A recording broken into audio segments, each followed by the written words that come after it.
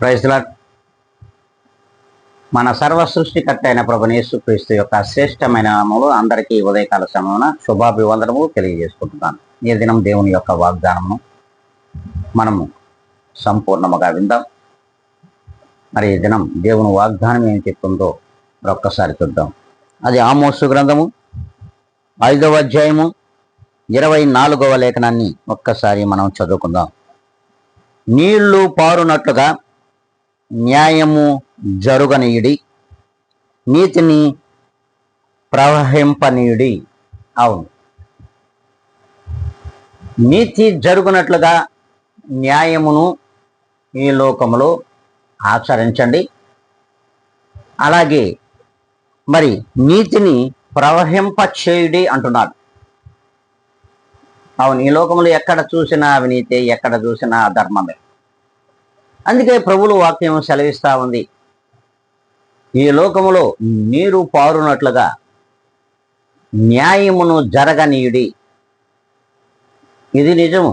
ఈ న్యాయము జరిగితేనే నీ జీవితం మరి మంచిగా ఈ లోకంలో బ్రతుకుతావు. అలాగే మరి స్పష్టంగా నీతిని ప్రవహింపచేయుడి అంటున్నాడు ప్రభువు వారు. ప్రియమైన దేవుని బిడ్డలారా, నీతి న్యాయములు ఈ లోకంలో లేవు. అట్టి నీతి న్యాయముల పక్షముగా విశ్వాస సమూహమైనను నిలబడండి, మీ వలన ఈ దేశము రక్షింపబడుతుందని దేవుని వాక్యం సెలవిస్తా ఉంది. ప్రియమైన దేవుని బిడ్డలారా, ఈ రీతిగా మనం ఉందాం. ఈ రీతిగానే మనం ఈ లోకంలో జీవిస్తాం అనుకుంటే అందరం కూడా తల్ల ఉంచుకొని కళ్ళు మూసుకొని ప్రార్థనలో ఎగిద్దాం. మహాపరిశుద్ధుల ప్రేమ కలిగిన మా యేసయ్యా, నీకు వందనాలు, కృతజ్ఞతలు. అవును ప్రభువా, ఈ లోకంలో చూసినా ఎక్కడ చూసినా దుర్మార్గములు, శతము, అవినీతి, అన్యాయమే.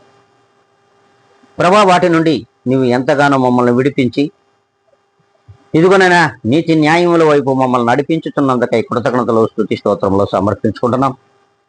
ప్రభా, నీ నీతి వాక్యమునకును, నీ న్యాయమైన క్రియలకును, నీ కట్టడలకును, ఆజ్ఞలకు లోబడి మీ ప్రేమతో ఈ లోకంలో జీవించడానికి ప్రభా కనికరములను చూపమని బ్రతిమలాడుకుంటూ వీక్షించుతున్నటువంటి ప్రతి ఒక్కరూ కూడా ప్రభా ఇదిగోనైనా వినుటకు కావలసిన చెవులను దయచేయండి, గ్రహించటకు కావలసినటువంటి హృదయమును దయచేయమని బ్రతిమలాడుకుంటూ నా తండ్రి, నన్ను నేను మిక్కిలిగా తగ్గించుకొని యేసు క్రీస్తు యొక్క పరిశుద్ధమైన ప్రశస్తమైన నామములు అడిగి వేడుకొని ప్రార్థిస్తున్నాను మా తండ్రి.